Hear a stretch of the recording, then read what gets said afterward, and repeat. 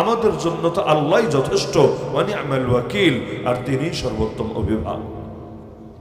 আল্লাহ যখন যথেষ্ট, বান্দার কাজ কি? বান্দার কাজ হলো শুধু ওসিলা হওয়ার চেষ্টা করতে থাকা। কারণ ইসলাম বিজয়ী হবেই হবে, আমাকে নিয়ে হোক আর আমাকে ছাড়া হোক, কিন্তু আমি তো বিজয়ী হতে পারবো না, আমি তো সফল হতে পারবো না ইসলাম ছাড়া।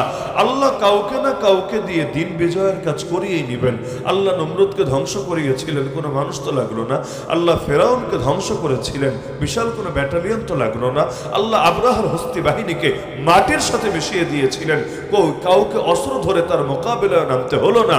আল্লাহর দিন কখনোই কারো মুখাপেক্ষী না, কিন্তু আমরা তো সদা সর্বদা আল্লাহর মুখাপেক্ষী। তো যদি চাই আল্লাহর কিছু সাহায্য পাবো, কারণ আল্লাহর সাহায্য যদি নাই পাই, কবরে কে আলো জ্বালাবে? আল্লাহর সাহায্য যদি নাই পাই, কিয়ামতে কে ডান হাতে আমল নামা দেবে? আল্লাহর সাহায্য যদি নাই পাই, পুলসিরাতে কে বিজলির গতিতে পার করিয়ে দেবে? আল্লাহর সাহায্য যদি নাই পাই, তাহলে আরশের নিচে ছায়ার ব্যবস্থা কে করে দেবে? আল্লাহর সাহায্য যদি নাই পাই, আরে তাহলে জান্নাতে যাওয়ার তৌফিক কিভাবে মিলবে? দেখেন না, মুয়াজ্জিন যখন বলে হাইয়া আলাস সালাহ, হাইয়া আলাস সালাহ, আমরা কিন্তু হাইয়া আলাস সালাহ বলি না। আগের গুলোতে মুয়াজ্জিনও যা বলে আমরাও তা বলি। মুয়াজ্জিনও বলে আল্লাহু আকবার, আমরাও আল্লাহু আকবার। মুয়াজ্জিন বলে আশহাদু আল্লা ইলাহা ইল্লাল্লাহ, আমরাও বলি আশহাদু আল্লা ইলাহা ইল্লাল্লাহ। এগুলোতে আমাদের সাথে তার কোনো পার্থক্য থাকে না। এমনকি মুয়াজ্জিন যখন আল্লাহু আকবার বলে আল্লাহর বরত্ব বলছে, যেমনি ভাবে মিল রাখলাম যখন আশহাদু আল্লা ইলাহা ইল্লাল্লাহ বলে তাওহীদের ঘোষণা দিচ্ছে, তার সাথে মিল রাখলাম আশহাদু আন্না মুহাম্মাদুর রাসূলুল্লাহ, এটার জবাবেও আমরা কিন্তু সেই রিসালাতের ঘোষণার সঙ্গেই একাত্মতা পোষণ করলাম। যদিও বাংলাদেশে অবশ্য একটা ভুল আমল চলে। নিয়ম হলো মুয়াজ্জিন যখন বলবে আশহাদু আন্না মুহাম্মাদুর রাসূলুল্লাহ, আপনাকেও এটাই বলতে হবে। তো বাংলাদেশে দেখি কেউ কেউ এটা না বলে শুধু সাল্লাল্লাহু আলাইহি ওয়াসাল্লাম বলে। আরে আগে তো কালেমা শেষ করেন, পরে না দুরূদ পড়বেন। কালেমাই তো আপনার হয় নাই, আপনি লা ইলাহা ইল্লাল্লাহর ওই অংশটা নয়তো বললেন, কিন্তু কালেমার দ্বিতীয় অংশ তো বাদ আছে। আযানের প্রথম অংশে আমরা ঘোষণা দিলাম আশহাদু আল্লা ইলাহা ইল্লাল্লাহ, আমি সাক্ষ্য দিচ্ছি এক আল্লাহ ছাড়া ইবাদতের উপযুক্ত দ্বিতীয় কেউ নাই।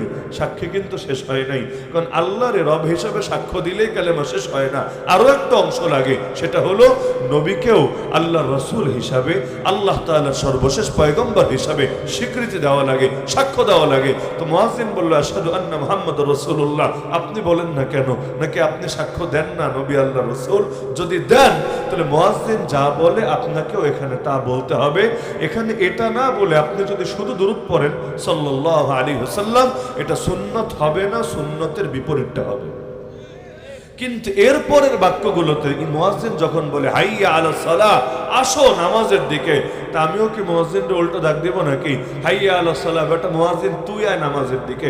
মুয়াজ্জিন তো মসজিদে বসে ডাকছে আমাকে নামাজের দিকে, আমি কি ক্ষেত খামারিতে বসে ডাক দিব নাকি আসো নামাজের দিকে? তাহলে তো বিষয়টা হাস্যকর হবে। তো মুয়াজ্জিন যখন ডাকে হাইয়া আলাস সালাহ, আমরা কি বলি? লা হাওলা ওয়ালা কুওয়াতা ইল্লা বিল্লাহ। কেন বলি? বাক্য তো বহুতই আছে, এই বাক্য কেন বলি?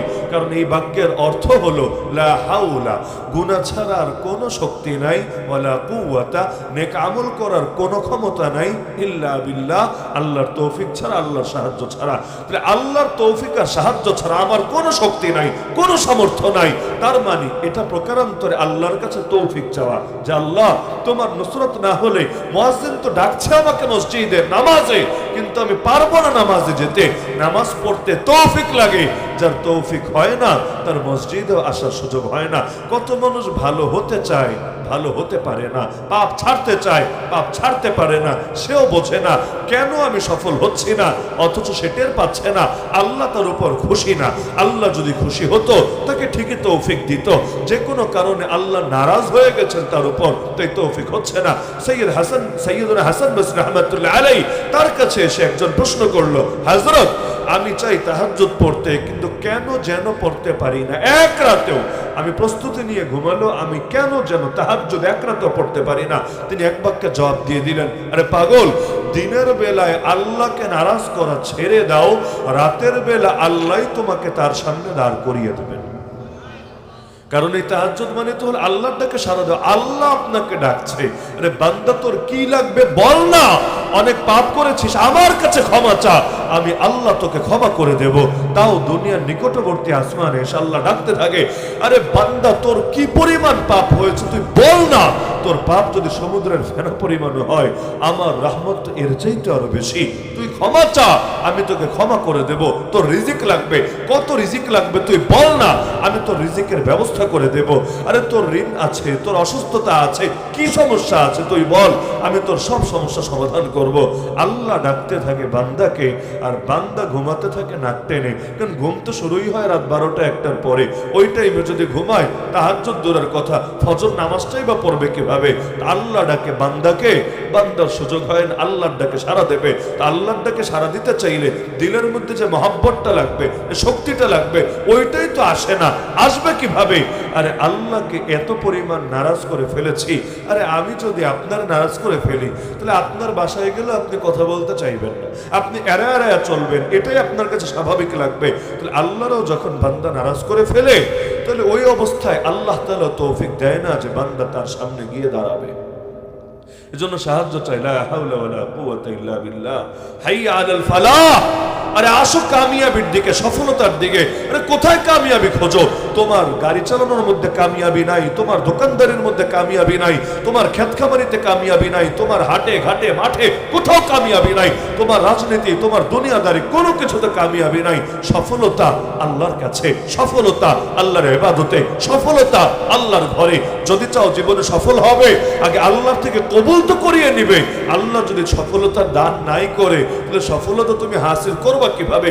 রিজিক দুনিয়াতে না, রিজিক আসমানে। কোরআন বলে দিয়েছে, অফিস সামাই রিজকুকুম ওয়া মা তুআদুন, তোমাদের রিজিক হলো আসমানে, তাকে ফয়সালা তো উপর থেকে করাতে হবে, তারপর না জমিনের মধ্যে সেটা বাস্তবায়িত হবে। উপর থেকে যদি ফয়সালা না হয়, জমিনে বাস্তবায়ন হবে কিভাবে?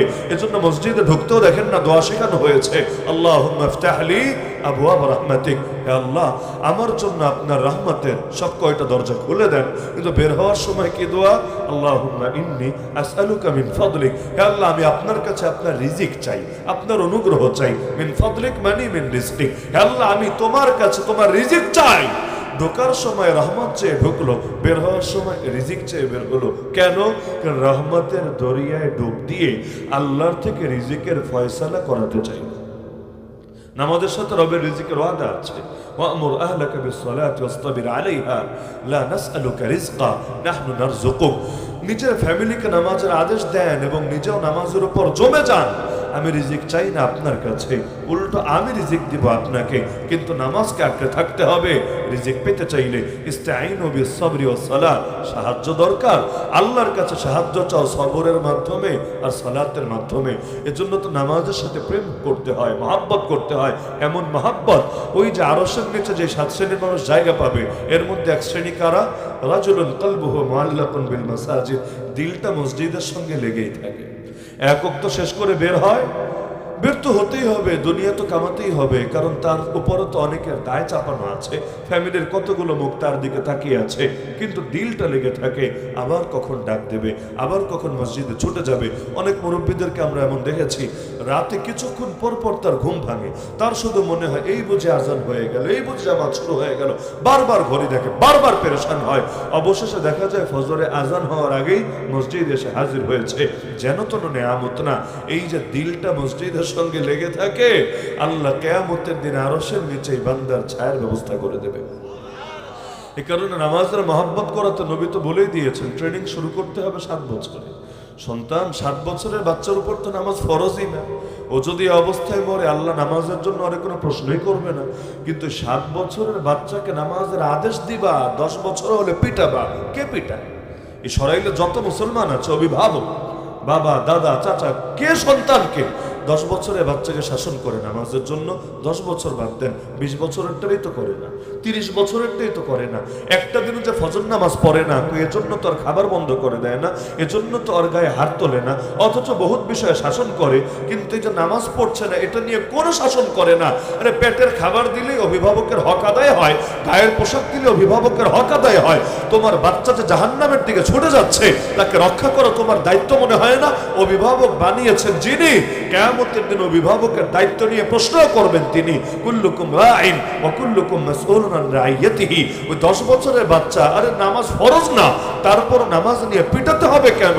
কারণ যখন ফরজ হবে তখন যাতে আর না ছোটে, মহাব্বত যাতে হয়ে যায় আগ থেকে।